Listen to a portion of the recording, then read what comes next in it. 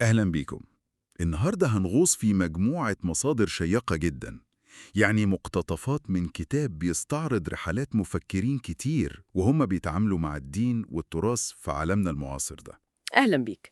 المصادر دي فعلا بتعرض أفكار متنوعة جدا وأحيانا متناقضة بشكل واضح في طريقة التعامل مع الماضي وتوظيفه.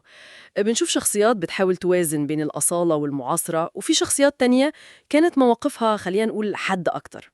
تمام. ومهمتنا هنا إننا نحاول نفهم الأفكار الرئيسية دي ونطلع بأهم الرؤى من الرحلات الفكرية المختلفة دي. خلينا نبدأ بأول نقطة لافتة للنظر، اللي هي الفرق بين المثقفين نفسهم، يعني طريقة تفكيرهم. دي نقطة محورية فعلا. المصادر بتعرض لنا نموذج المثقف النقدي اللي بيستخدم عقله وأدوات المعرفة عشان يفهم الأول، زي مثلا المفكر العراقي علي الوردي. الوردي. الوردي كان بيركز قوي على إن دور المثقف هو فهم المجتمع وتحليله، مش بالضرورة إنه يغيره بشعارات أيديولوجية جاهزة وخلاص. هو نفسه حتى عمل تفرقة بين المثقف اللي سماه المعرفي، اللي همه الفهم، ومثقف التاني اللي هو العضوي أو الأيديولوجي اللي عايز يغير الواقع برؤية معينة. وده طبعا يودينا للنماذج المقابلة اللي المصادر ذكرتها برضو. مفكرين حولوا الدين أو التراث لمشروع أيديولوجي واضح، له أهداف سياسية أو اجتماعية محددة. بالظبط كده، شوف مثلا حسن حنفي ومشروعه الكبير التراث والتجديد. أو اللي اتعرف باليسار الإسلامي. تمام، هنا كان الهدف واضح: استلهام التراث وتأويله عشان يخدم مشروع نهضوي تحرري بصبغة يمكن يسارية شوية. وفي كمان نماذج تانية زي الإيرانيين جلال آل أحمد وأحمد فريديد، والمفهوم بتاعهم الشهير الغرب زدكي. اللي هي الإصابة بالغرب أو التسمم بالغرب، حاجة كده. أيوة بالظبط، كانوا شايفين إن التأثر بالثقافة الغربية ده زي الوباء الثقافي اللي لازم نقاومه ونحافظ على الأصالة في مواجهته. موقف حاد جدا طب هنا ممكن حد يسأل، التركيز على الفهم النقدي زي عند الوردي مش ممكن يبعد المثقف عن هموم الواقع ومحاولة تغييره فعلا؟ يعني يبقى منعزل شوية؟ ده سؤال مهم جدا، وهو في قلب الجدل ده.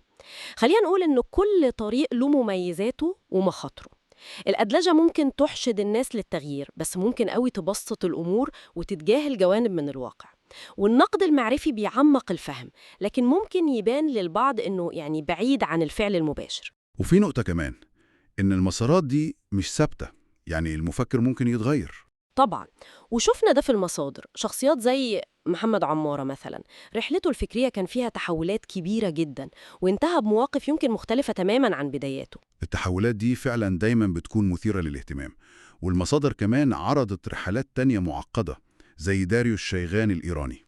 شيغان ده رحلة مميزة جدا. هو بدأ متأثر قوي بشخصيات أوروبية اهتمت بالحكمة الشرقية زي هنري كوربان وريني غينو.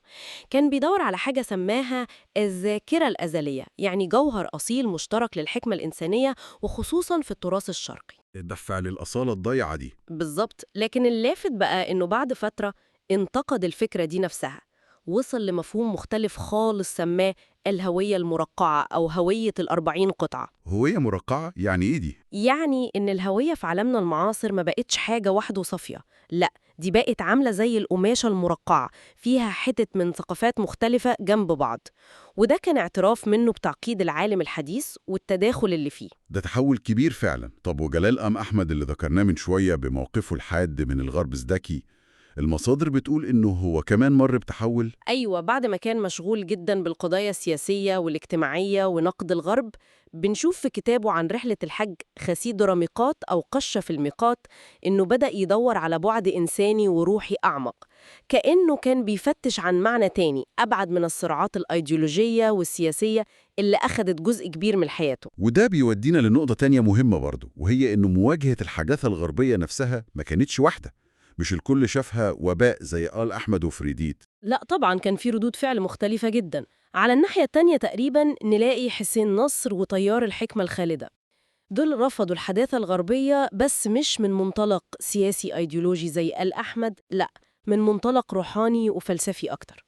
إزاي يعني؟ كانوا شايفين إن الحداثة دي مادية جدا وفقدت البعد الروحي، وركزوا على فكرة إن في حكمة أزلية خالدة مشتركة بين كل الأديان والحضارات التقليدية، وإن الشرق لسه محتفظ بالجانب الروحي ده اللي الغرب ضيعه. رؤية مختلفة تماما.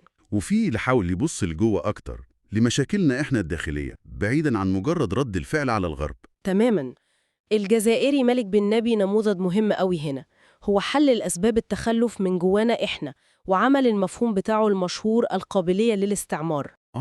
القابلية للاستعمار فكرة قوية. بالظبط. يعني المشكلة مش بس في المستعمر اللي جاي من بره، لأ، في عوامل جوانا بتخلينا قابلين للاستعمار ده. وهو حدد شروط للنهضة لخصها في معادلة بسيطة لكن عميقة: إنسان زائد تراب زائد وقت. وشوفنا كمان إزاي شيغان في مرحلته المتأخرة بدأ يشوف الحداثة نفسها بشكل مركب أكتر، مش مجرد شر مطلق أو خير مطلق. واللافت كمان إن في رؤى حاولت تخرج بره منطق الصراع ده خالص، زي رؤية المفكر السوري جودة سعيد. جودة سعيد ده قدم طرح مختلف فعلا. ركز على مبدأ اللا عنف كحل ومنهج أساسي مستلهم من قصة ابن آدم في القرآن. اعتبر إن مشكلة العنف هي أصل المشاكل الإنسانية، وإن الحل لازم يكون في التمسك باللا عنف كوسيلة للتغيير ولمواجهة الظلم كمان. ده يعتبر رد فعل ومنهج، خلينا نقول، مختلف جذرياً. حتى اللغة نفسها، الأداة اللي بنفكر ونتكلم بيها، ما كانتش بعيدة عن النقاش والتحدي عند المفكرين دول. دي ملاحظة دقيقة جداً. علي الوردي مثلاً كان بينتقد طريقة تدريس النحو العربي التقليدية وتعقيداتها، وشايف إن الجمود ده ممكن يأثر على مرونة التفكير وقدرة اللغة على إنها تعبر عن الواقع المتغير والأفكار الجديدة. وفي المقابل بنلاقي استخدام مكثف للتأويل وإعادة التفسير عند مفكرين تانيين، زي حسن حنفي اللي ذكرناه. بالظبط. مشروع حنفي قام بشكل كبير على إعادة قراءة وتأويل نصوص قرآنية وتراثية كتير، عشان تجاوب على هموم الواقع وتخدم الرؤية الاجتماعية والسياسية بتاعته. طبعاً ده فتح عليه باب نقد كبير من البعض، اللي شافوا إن التأويل ده ممكن يكون تجاوز حدود النص شوية، وأفرغوا أحياناً من أبعاده الروحية أو الغيبية الأصلية لصالح تفسير، خلينا نقول، أرضي أو اجتماعي بحت. فعلاً اللي بنشوفه من المصادر دي هو بانوراما واسعة ومعقدة لرحلات فكرية مليانة صراعات، سواء صراعات داخلية جوه المفكر نفسه أو صراعات مع الواقع ومع الآخر. صراع بين محاولة فهم الماضي والإفادة منه وبين ضغوط الحداثة ومتطلبات الواقع المتغير، وكل واحد حاول يلاقي طريقه وسط ده كله. وهو ده اللي بيخلينا دايما قدام سؤال مفتوح ومستمر: إزاي ممكن نستلهم حكمة الماضي وتجاربه من غير ما نبقى أسرى ليه ومن غير ما نرفضه بالكامل برضه؟ وإيه الدروس اللي ممكن ناخدها من كل التنوع ده في التجارب عشان نفهم بشكل أعمق الحوارات اللي لسه شغالة لحد النهاردة عن الهوية والنهضة والتقدم، مش بس في منطقتنا، لا، في العالم كله. نقطة مهمة جدا وتستحق التفكير فعلا: إزاي نوازن بين الجذور والأجنحة، بين الأصالة والمعاصرة؟ رحلة البحث دي شكلها مستمرة ومش هتنتهي قريب.